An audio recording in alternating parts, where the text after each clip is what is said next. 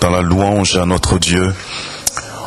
On veut disposer notre cœur à la parole de Dieu et on veut prier ensemble ce matin que Dieu parle à notre cœur, qui nous conduise, qui nous dirige ce matin encore. Que le nom du Seigneur soit béni, que toute la gloire lui revienne ce matin. Alléluia.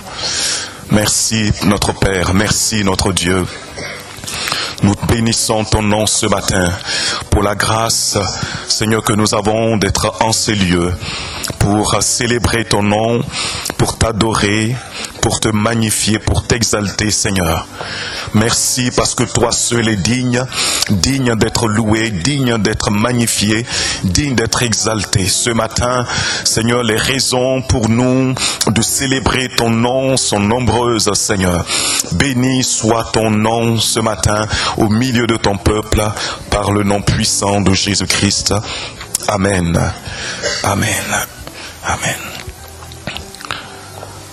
Voilà, que le Seigneur vous bénisse et bonjour à tout un chacun.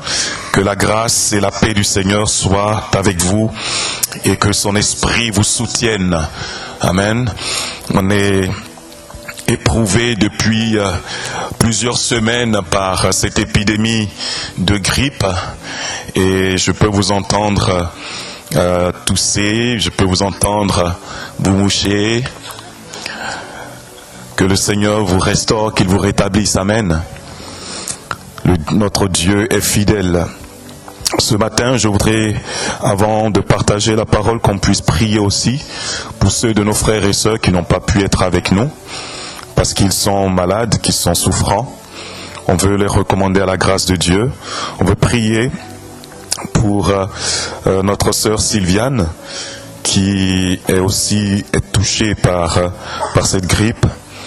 Et comme vous le savez, quand on est soit un adolescent ou une personne âgée, on est plus fragile et plus sensible à ces virus-là. On veut prier pour elle et prier pour tous ceux que vous connaissez qui sont malades en ce moment, que ce soit de la grippe ou d'autres choses.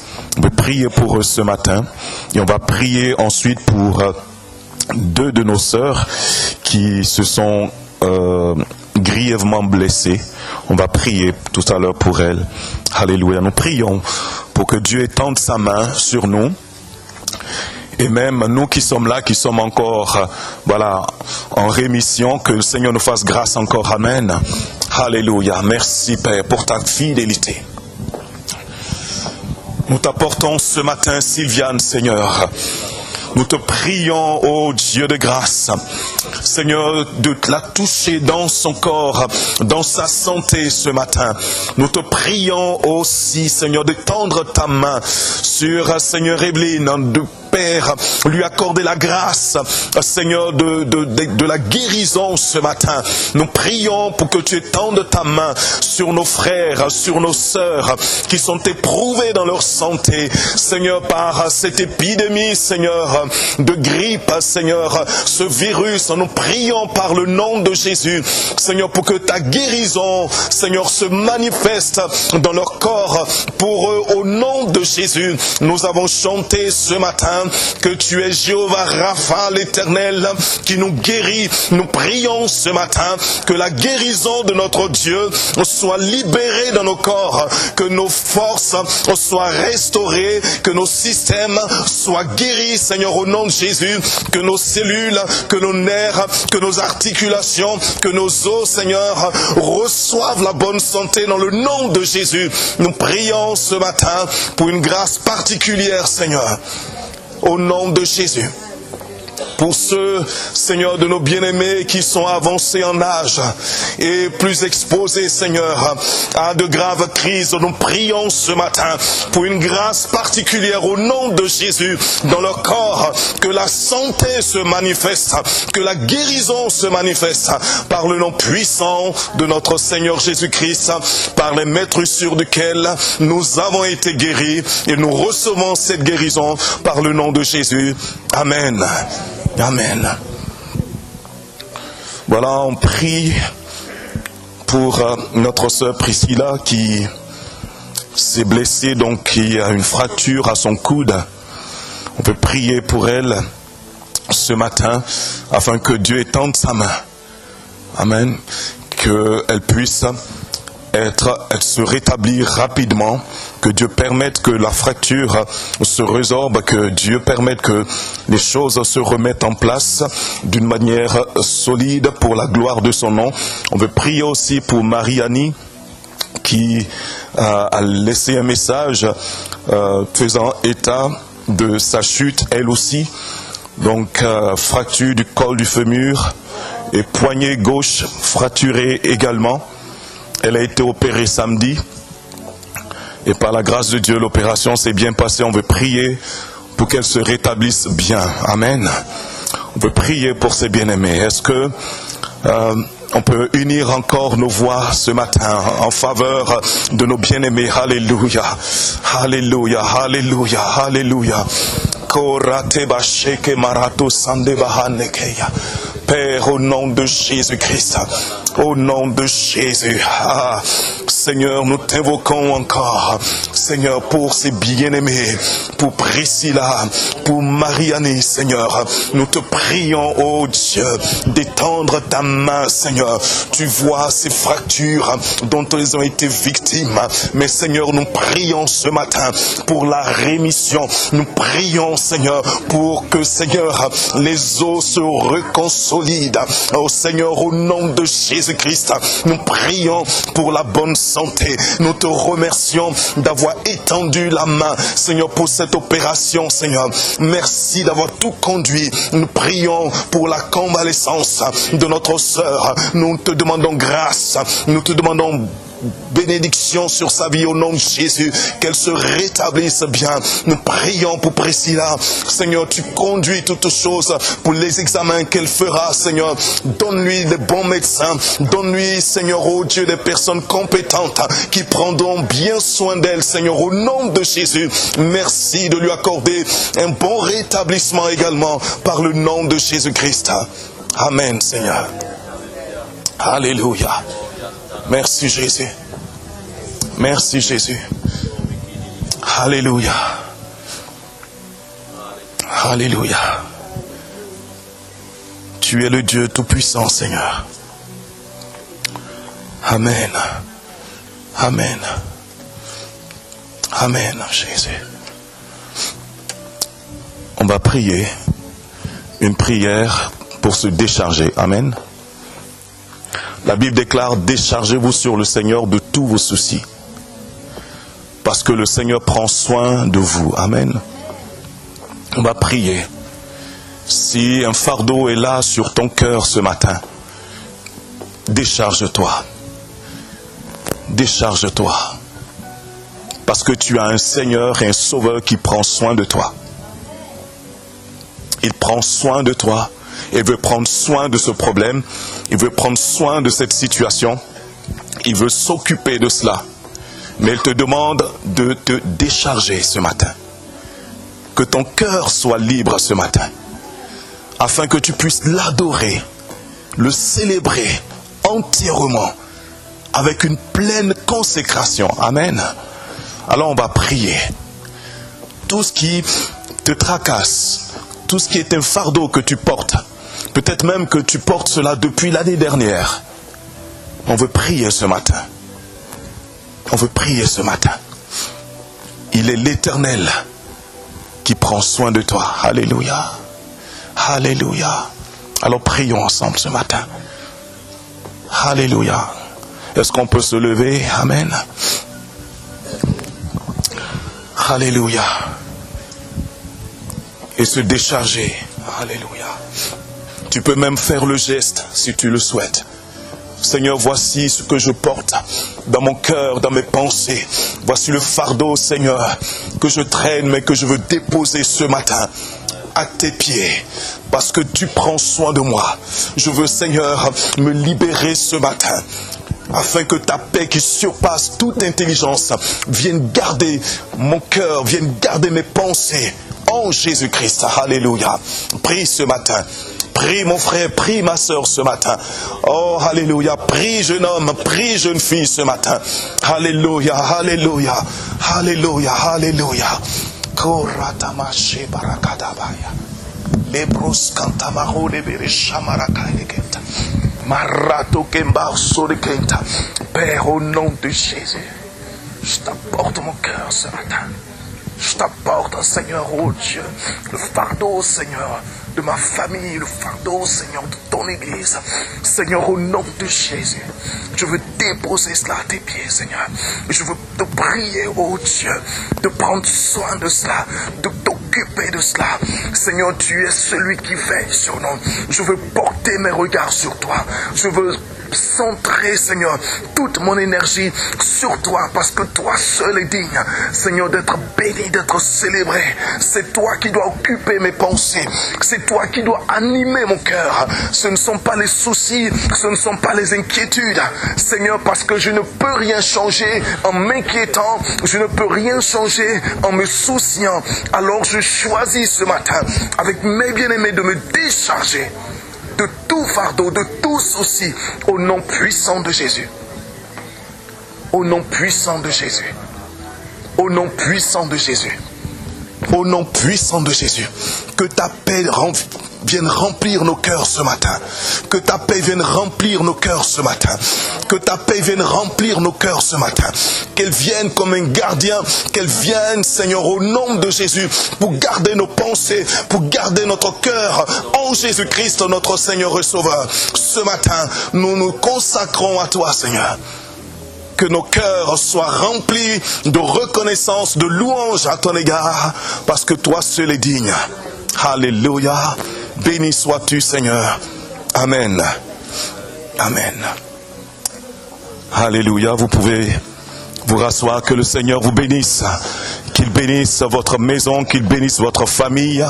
Nous vous souhaitons une excellente année 2025 et nous prions pour que la grâce de Dieu, la paix du Seigneur, les bontés de Dieu, la puissance du Très-Haut, le règne du Tout-Puissant se manifestent dans votre vie, que la gloire de Dieu couvre votre vie, qu'elle couvre votre maison, qu'elle soit avec vous dans tous les lieux où vous irez et que la bonne main du Seigneur vous favorise au nom de Jésus-Christ. Amen. J'ai fait ma part, je vous ai béni au nom du Seigneur. Amen. Alléluia. Il y a un verset, ou du moins une parole de Jésus, qui travaille mon cœur depuis plusieurs semaines. Et cette parole, elle est la suivante. Qu'il te soit fait selon ta foi. Qu'il te soit fait selon ta foi. Amen. La marche avec le Seigneur est une question de foi, de confiance en Dieu, de confiance en ses promesses, de confiance en sa personne. Quand Dieu dit quelque chose, il laisse la parole suspendue jusqu'à ce qu'elle trouve un homme, qu'elle trouve une femme de foi qui va saisir cette parole-là, qui va y croire, qui va s'y attacher et voir la manifestation de la gloire de Dieu à l'accomplissement de la parole prononcée par le Seigneur. Amen.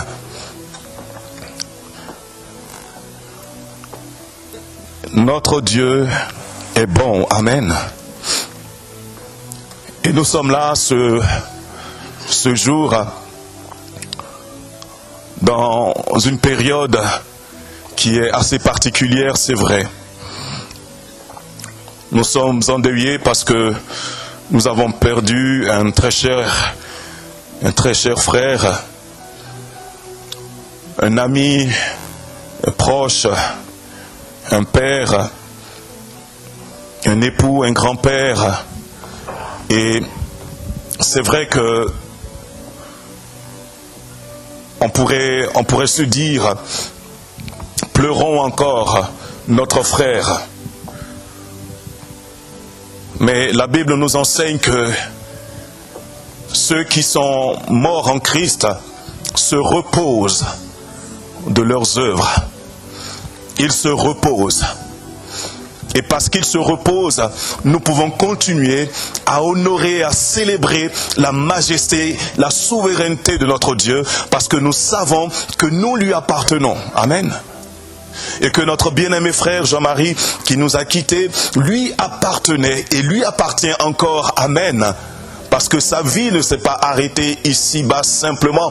Elle se poursuit dans l'éternité aux côtés de celui qui l'a tant aimé et servi avec persévérance. Amen. Ce matin, je voudrais qu'on partage un psaume de David, le psaume 145. Et dans ce psaume, David va nous parler d'une manière particulière de Dieu. Et j'ai intitulé ce message « Ma louange est pour mon Dieu, mon roi ». Amen. Ma louange est pour mon Dieu et mon roi. Nous sommes là ce matin par pure grâce. Par pure grâce. Rien que ça, on pourrait tout arrêter et adorer Dieu pendant des heures, le célébrer, l'élever, dire combien il nous a fait du bien, combien il a été fidèle à sa parole, combien il nous a démontré qu'il est un Dieu digne de confiance, digne de foi. Et David va l'exprimer d'une manière singulière dans ce psaume 45. Alors, les versets ne sont pas forcément tous dans le même ordre. Je les ai un peu arrangés en fonction de la pensée principale qui se dégage dans un groupe de versets.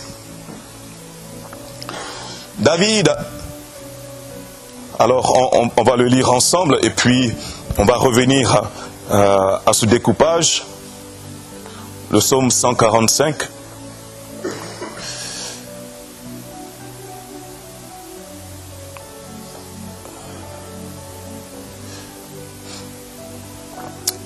David est un homme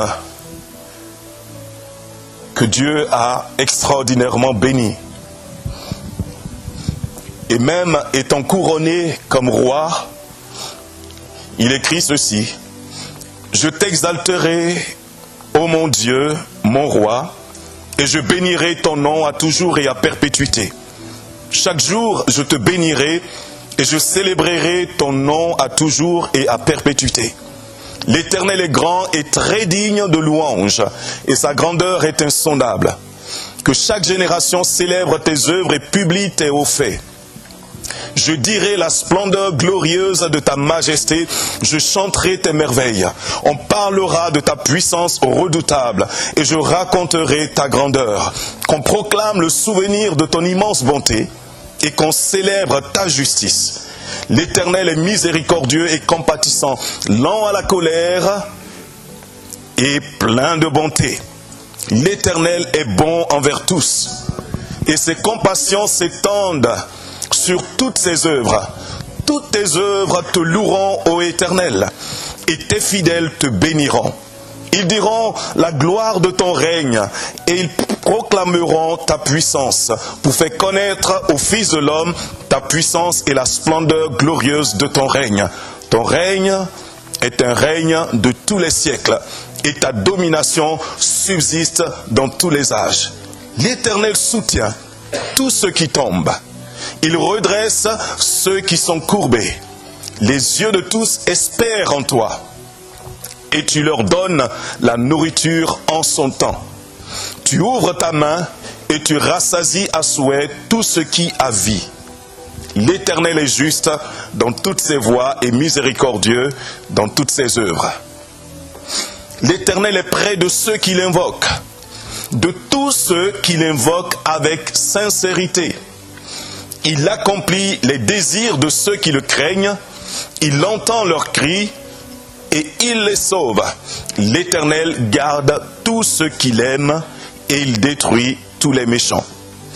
Que ma bouche publie la louange de l'Éternel, et que toute chair bénisse son Saint-Nom à toujours et à perpétuité.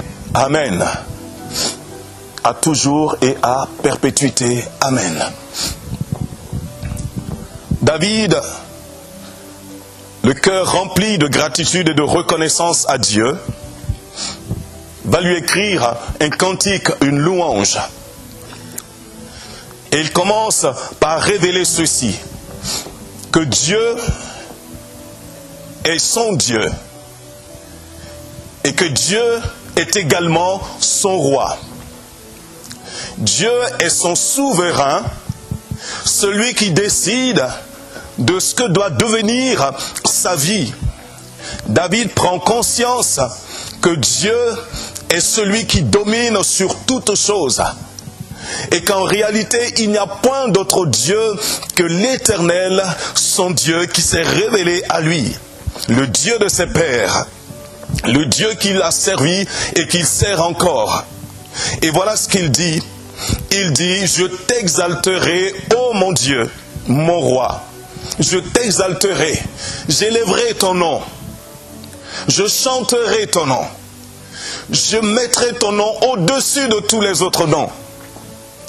Et c'est une invitation pour nous également, en tant que croyants, en tant qu'enfants de Dieu, en tant que chrétiens, que le nom de notre Dieu soit élevé au-dessus de tout autre nom, de toute situation, de tout problème, de toute difficulté, de toute bénédiction, de toute faveur et de toute grâce. Amen. Cela signifie que nous devons donner à Dieu la première place. Amen. En fait, avec Dieu, il n'y a pas deux premières places. Il n'y a pas d'ex-aequo. En ce qui concerne l'adoration, en ce qui concerne le culte, il n'y a pas d'ex-aequo. C'est Dieu ou rien. C'est lui qui est digne de recevoir toute notre adoration, toute notre admiration, toute notre célébration. Et Dieu veut cela, quels que soient les temps et les saisons de nos vies. Que nous soyons dans une saison favorable ou une saison compliquée, difficile, Dieu attend de son peuple qu'il le loue et qu'il le célèbre. Vous savez pourquoi ? Parce qu'en faisant ici, nous disons à Dieu que notre louange et notre adoration ne dépend pas des circonstances et ne dépend pas des temps. Et que si en Dieu, il n'y a pas d'ombre de variation, alors dans notre louange et dans notre adoration, il ne devrait pas y avoir d'ombre de variation. Amen. Mon enthousiasme à célébrer Dieu quand il m'a fait du bien doit être le même enthousiasme que je développe quand les choses sont difficiles.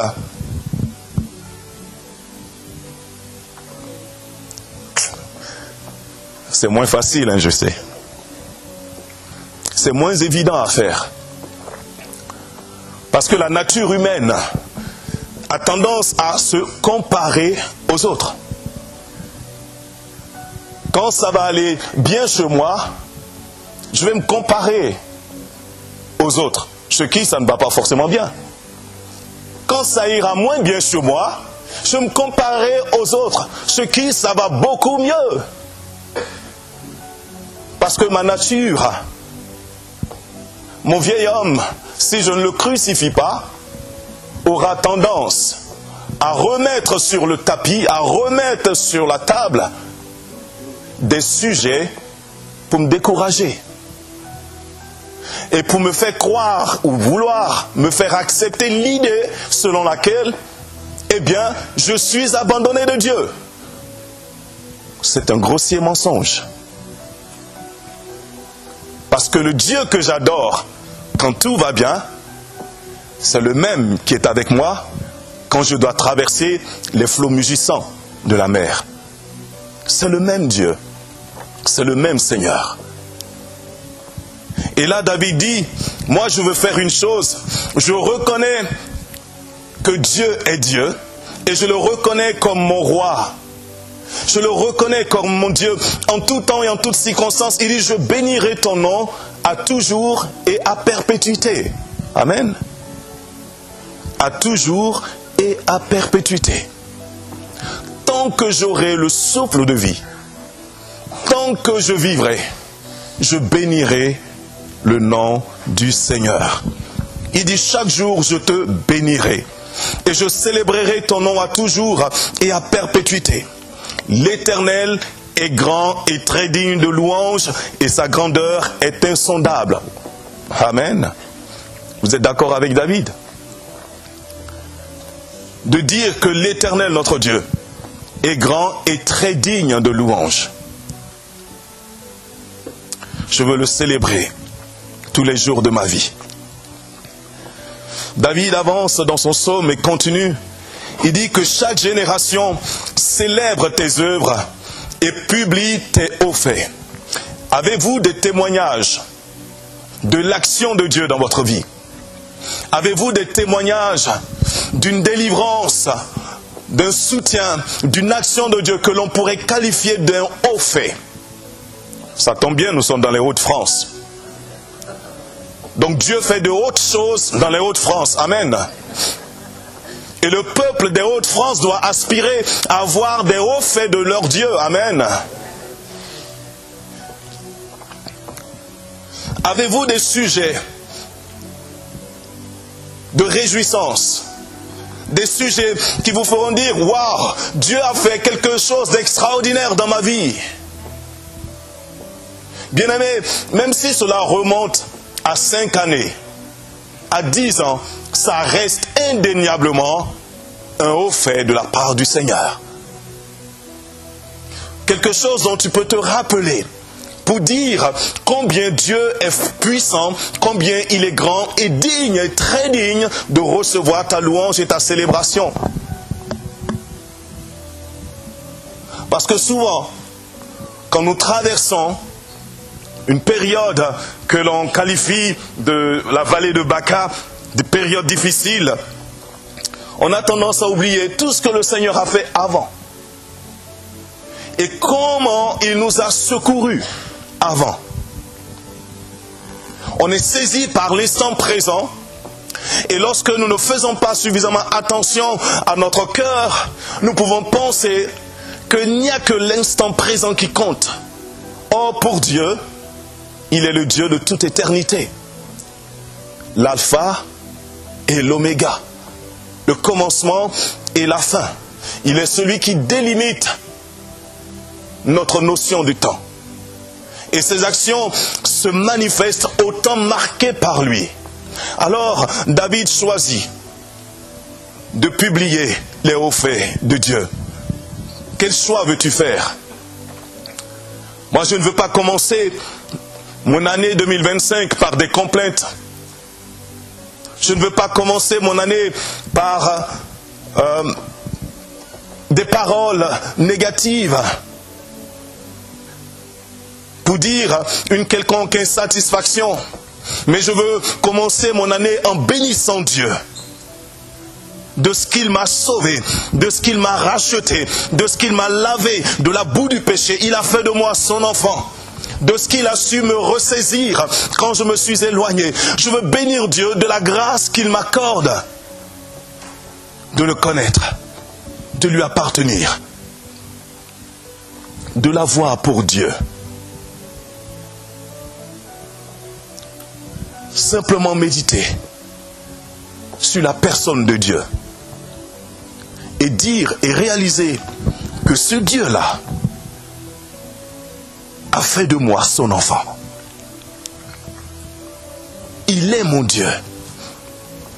Mieux, il a choisi que je puisse l'appeler Abba Père. M'asseoir, réfléchir à cela et voir combien le privilège que j'ai d'être un enfant de Dieu est grand et puissant. Je veux détourner mes regards de tout ce qui peut être une source de tristesse, d'inquiétude, pour les fixer sur la personne du Seigneur. Asaph a dit, tant que je regardais les méchants, mon pied était en train de glisser. Mais j'ai compris une chose, à partir de l'instant où je suis entré dans la présence de Dieu, j'ai réalisé la vanité de ce que je convoitais. J'ai compris que mon plus grand bien, mon plus grand trésor, c'est toi, Seigneur. Paul dira, même si mon homme extérieur se détruit, mon homme à l'intérieur de moi se renouvelle sans cesse. Comment? Par la communion avec Dieu. Par mon adoration. Par ma soumission à Dieu. Par mon allégeance à Dieu. En 2025, rien ne doit compter plus que le Seigneur dans ta vie et dans ma vie. Rien. David dit, je dirai la splendeur glorieuse de ta majesté. Comment David peut dire que Dieu est majestueux? À partir de quoi? Quels sont les éléments qu'il a? Ou si vous préférez, quelles sont les preuves qu'il détient pour dire que Dieu est un Dieu majestueux? Et toi et moi, qu'avons-nous comme preuve au sujet de la majesté de Dieu? Parce que je ne veux pas simplement dire, Seigneur, tu es grand, tu es majestueux. Est-ce que j'ai vu un grand Dieu dans ma vie? Est-ce que j'ai vu un Dieu majestueux à l'œuvre dans ma vie? Alors si je l'ai vu, je peux le déclarer.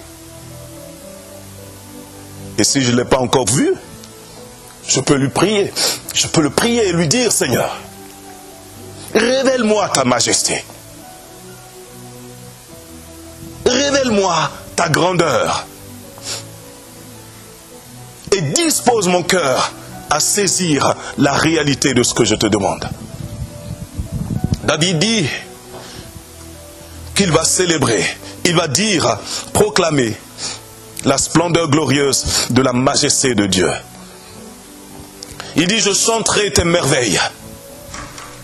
On parlera de ta puissance redoutable et je raconterai ta grandeur. Alléluia. Qu'as-tu envie d'entretenir comme pensée, comme conversation tout au long de cette année 2025? De quoi sera composée la pensée qui va conduire ton cœur? Quels sont les éléments qui vont animer tes conversations, tes prières, ton adoration, ta louange? Sur quoi est-ce que tu veux fonder tout cela? David, lui, a trouvé la puissance de Dieu, les merveilles de Dieu, le Dieu redoutable, le Dieu grand. Et il continue en disant, mon Dieu est un roi qui est bon, qui est miséricordieux et compatissant. Amen. Avez-vous été au bénéfice de la bonté de Dieu? Au moins une fois dans votre vie? Depuis que vous êtes convertis? Avez-vous été au bénéfice de la miséricorde de Dieu? Avez-vous déjà été au bénéfice de ses compassions? Alors, David dit que l'on proclame le souvenir de ton immense bonté.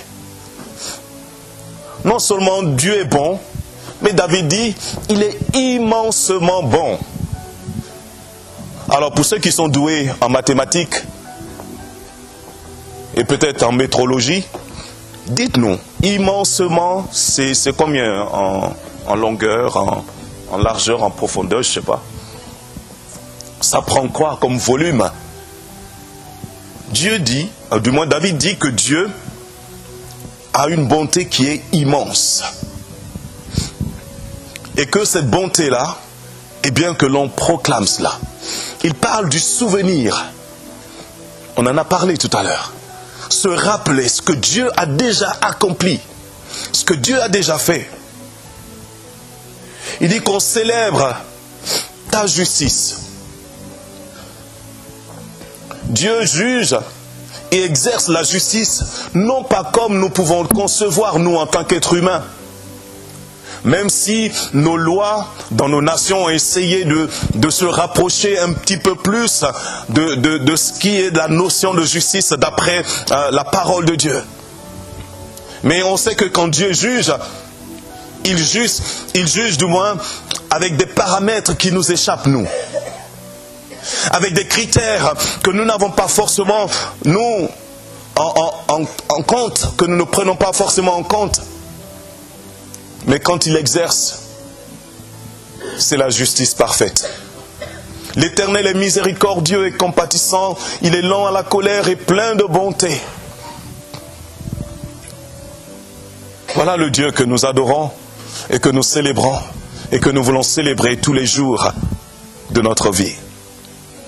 Il dit que l'Éternel est bon envers tous et ses compassions s'étendent sur toutes ses œuvres. Peut-être que dans cette année, quelqu'un aspire à ce que Dieu lui fasse miséricorde.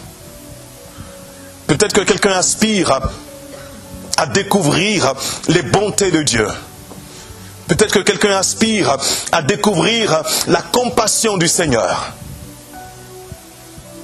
Ou peut-être que quelqu'un, durant cette année, aura besoin que Dieu se manifeste et se révèle comme le Dieu d'une immensité bonté, comme le Dieu qui est miséricordieux, qui est lent à la colère, plein de bonté et qui est également compatissant. Quand vous êtes en communion avec Dieu, quand vous marchez avec le Seigneur, et qu'il vous arrive des temps d'égarement, de désobéissance, et que le Saint-Esprit vous reprend, et comme vous avez un cœur qui est docile et enseignable, tout ce que vous désirez, c'est que Dieu prenne pitié et compassion de vous. Et Dieu le fait. Quand il voit comment votre cœur est disposé, parce que Dieu regarde toujours notre cœur. C'est vrai qu'il écoute nos paroles, il entend nos paroles, mais il regarde si ce qui sort de ma bouche correspond à ce qu'il y a à l'intérieur. Est-ce que ce qui sort est l'expression de ce qu'il y a à l'intérieur? Est-ce que ça match? Est-ce que ça correspond? Parce que la Bible dit, on ne se moque pas de Dieu. On ne se moque pas de Dieu. Un Dieu miséricordieux. Il soutient tous ceux qui tombent. Et il redresse tous ceux qui sont courbés. En fait, David écrit des choses qu'il a vues. Des choses qu'on lui a rapportées. Des témoignages qui l'amènent à tirer ces conclusions-là. Et aujourd'hui, quand on regarde notre propre expérience, est-ce que nous pouvons dire que Dieu relève ceux qui tombent? Est-ce que j'ai des bien-aimés ici qui peuvent me dire, oui, écoute Moïse, moi je t'assure que Dieu relève ceux qui tombent. Et moi je poserai la question, pourquoi tu dis cela? Eh bien écoute ceci. Dieu a fait ceci et cela dans telle circonstance, pour un tel, pour une telle, ou alors pour moi. La Bible dit que Dieu relève. Et tu peux prier sur cette base-là et dire au Seigneur, ta parole déclare que tu relèves ceux qui tombent. Alors ne laisse pas mon frère, ne laisse pas ma sœur dans cet état, loin de toi, attire-le à toi, attire-la à toi. Tu relèves celui qui tombe, tu fais grâce. Alors je peux te prier parce que c'est ce que dit ta parole. Tu redresses ceux qui sont courbés, ceux qui portent un fardeau, ceux qui n'en peuvent plus, ceux qui sont épuisés dans leur marche. Il y a de l'espoir parce que Dieu redresse. Amen. Il redresse comme il a redressé cette femme que Satan tenait courbée depuis des décennies.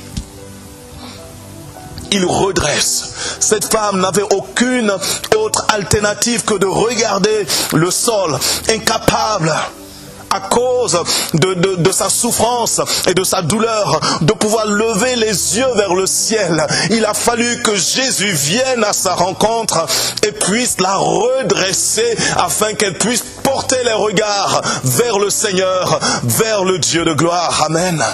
Et dans chaque situation où tu portes un fardeau qui te courbe, espère en Dieu, espère dans le Seigneur, car il peut te redresser.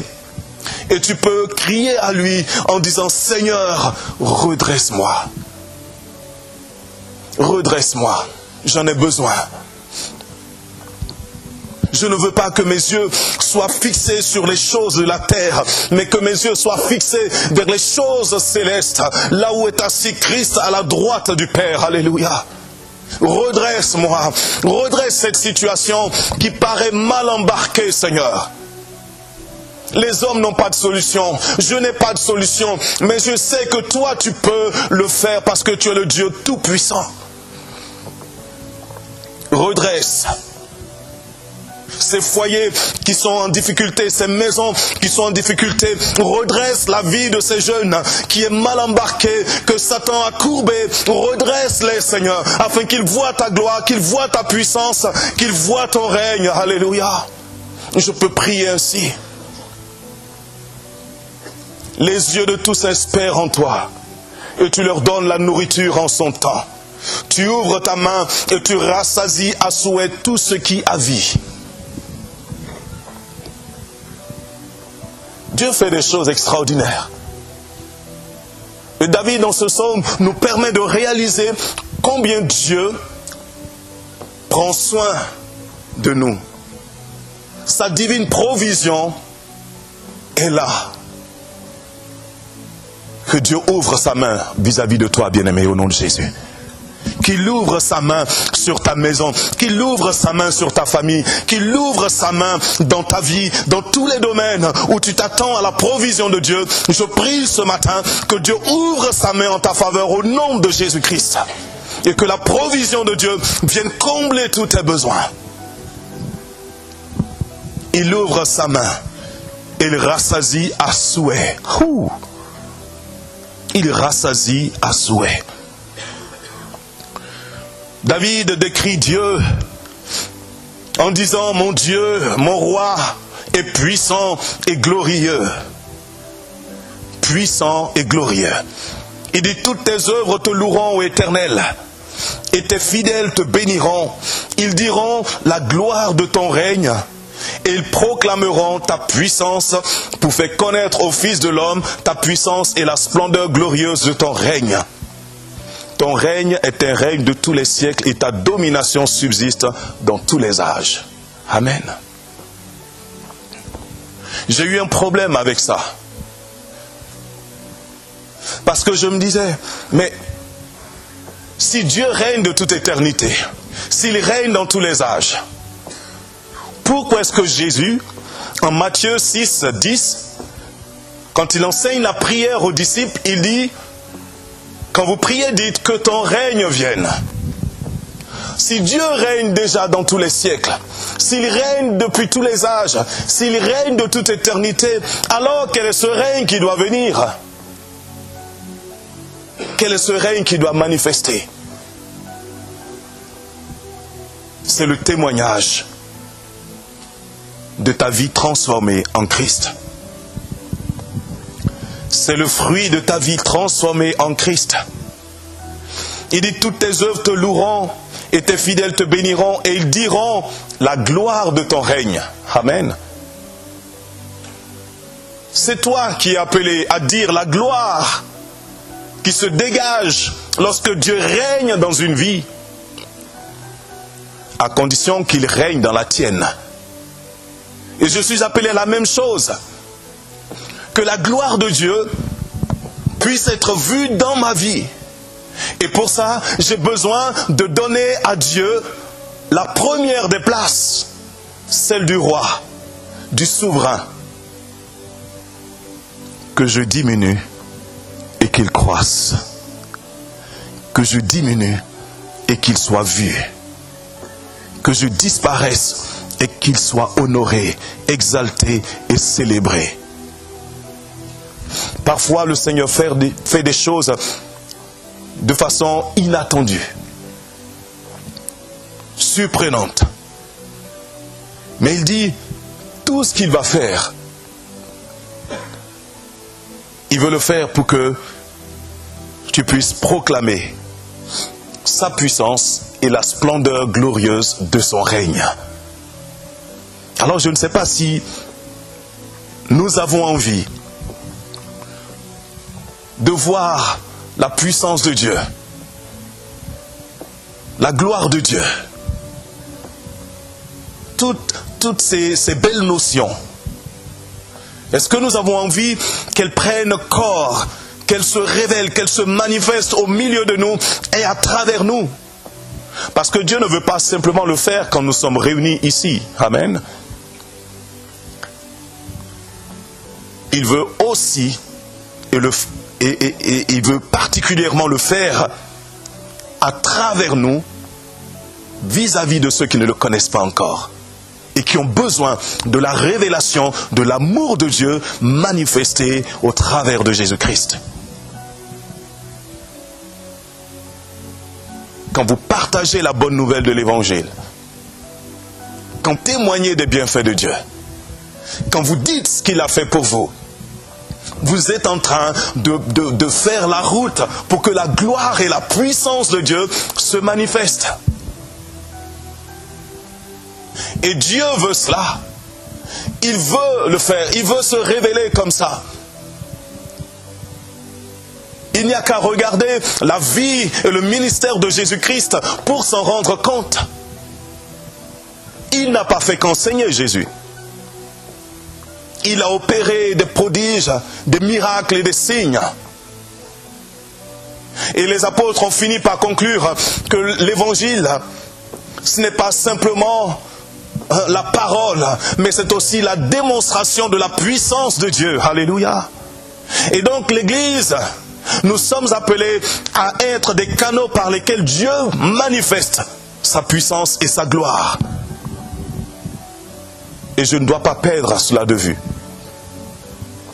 Je dois rechercher cela même.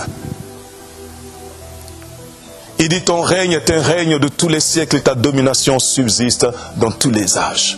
Dieu règne de toute éternité et ça ne s'arrêtera jamais. À lui soit la gloire. Amen. Et ce qui est extraordinaire, c'est qu'il y a une invitation pour chacun de nous à entrer dans ce règne, non seulement ici-bas sur la terre, mais à le poursuivre avec lui lorsque nous ne serons plus de cette terre. Alléluia. Nous régnerons avec Jésus-Christ qui reviendra dans toute sa gloire et sa puissance. Alléluia. Mais il faut déjà lui donner le trône de notre cœur pour qu'il s'assied et qu'il règne. Qu'il règne par sa vie, qu'il règne par sa sagesse, qu'il règne par ses hauts faits, par sa puissance, qu'il règne par sa gloire. Alléluia. Notre Dieu et notre roi est puissant et glorieux. Et David, avant de conclure, dit ceci, mon Dieu et mon roi est juste. L'Éternel est juste dans toutes ses voies. Et miséricordieux dans toutes ses œuvres. L'Éternel est près de tous ceux qui l'invoquent, de tous ceux qui l'invoquent avec sincérité. Le cœur. Le cœur. Je vous ai déjà dit que Dieu était marseillais, non? Va droit au but. le cœur, de tout son cœur, avec sincérité, il accomplit, écoutez bien, il accomplit les désirs de ceux qui le craignent.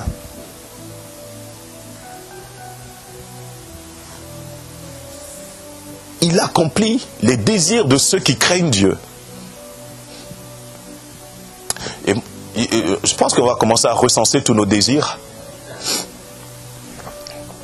Si nous craignons Dieu, ce serait pas mal que nous commencions à recenser tous nos désirs et de dire au Seigneur, Dieu est un homme de parole, n'est-ce pas? Seigneur, tu as dit ça, non? Oui? Ok, moi je t'attends. Tu accomplis les désirs de ceux qui te craignent. Et Dieu va nous conduire. Et Dieu va nous amener encore plus loin. Il entend leurs cris et il les sauve. Il entend leurs cris et il les sauve. Il sauve qui? Ceux qui le craignent. Ceux qui ont décidé, ceux qui ont choisi d'honorer Dieu, quels que soient les temps et les circonstances. De ne pas se laisser prendre dans le piège de la corruption, du mensonge et de la compromission. Ceux qui craignent Dieu pour se garder dans la pureté, comme Joseph s'est gardé pur, comme Joseph a gardé les promesses de Dieu dans son cœur. Et Dieu l'a béni et élevé au temps opportun. L'Éternel garde tous ceux qui l'aiment. Amen. Est-ce qu'il y a des personnes qui aiment le Seigneur ici? Alors vous n'avez pas à craindre. Dieu est capable de vous garder. Il peut garder votre maison, votre famille. Il peut vous garder mieux que quiconque. Et ce qui est excellent avec Dieu, c'est qu'il est capable même de garder nos pensées. Alors que ceux qui ont des gardes du corps, de sociétés, de gardes du corps réputés et tout ça, mais les gens les gardent, ils gardent l'enveloppe, ils gardent ce qui est physique, mais ils sont dans l'incapacité de garder le cœur. Dieu peut garder notre cœur. Il peut garder ce qui se passe à l'intérieur de nous pour ne pas qu'il y ait une infection de la part de l'ennemi. Il y a du parasitage de la part de l'adversaire. C'est pour cela que Dieu a placé en nous la conscience pour dire, écoute mon fils, écoute ma fille, ne te laisse pas embobiner par les mensonges de l'adversaire. Reviens à ma parole.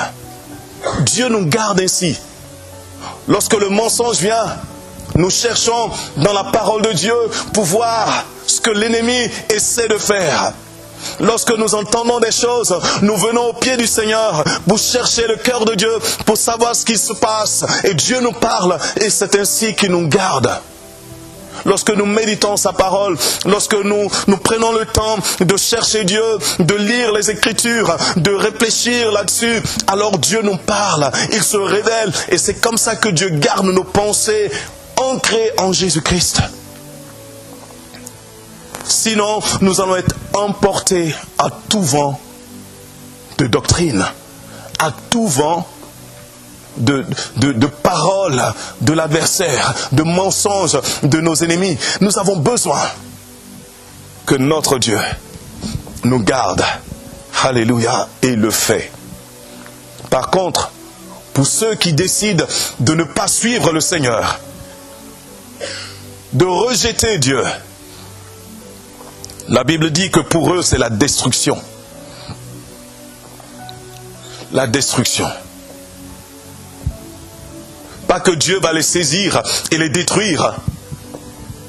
Mais c'est que en refusant Dieu comme roi, en refusant Dieu comme leur Dieu, en réalité, ils se mettent sous une autre autorité qui est celle de l'adversaire. Or, l'adversaire ne vient que pour détruire, pour dérober, pour égorger. Il n'a pas d'autre programme que ça. alors ils se détruisent par le rejet de Dieu. Et l'ennemi fait tout pour séduire les hommes, pour séduire les femmes, pour séduire les jeunes gens, les jeunes filles, pour séduire même les enfants, pour les entraîner dans la destruction. Parce qu'il sait que c'est le sort final qu'il attend lui. Mais le Seigneur nous rappelle ce matin que l'on peut échapper à cela en faisant de Dieu notre Dieu et notre roi. Alléluia. Et David finit en déclarant que ma bouche publie la louange de l'Éternel et que toute chair bénisse son Saint-Nom. Toute chair bénisse son Saint-Nom. Pas simplement aujourd'hui, mais tous les jours et à perpétuité. Amen. Amen. Alors nous allons suivre ce bon conseil de David. Et nous allons bénir le nom du Seigneur. Amen. Nous allons bénir le nom du Seigneur. Prends quelques minutes, bien-aimé. Repasse sur ton cœur les bontés de l'Éternel. Repasse sur ton cœur la miséricorde de Dieu. Repasse sur ton cœur ces temps où il a eu compassion de toi. Repasse sur ton cœur ces moments où il t'a gardé, où il t'a secouru. Repasse sur ton cœur. Il y a des choses que tu n'as pas vues, mais que Dieu a quand même accomplies. Alléluia. Alors bénis le nom du Seigneur. Bénis-le maintenant même. Alléluia. Bénissons ensemble le nom du Seigneur. Au nom de Jésus. Alléluia.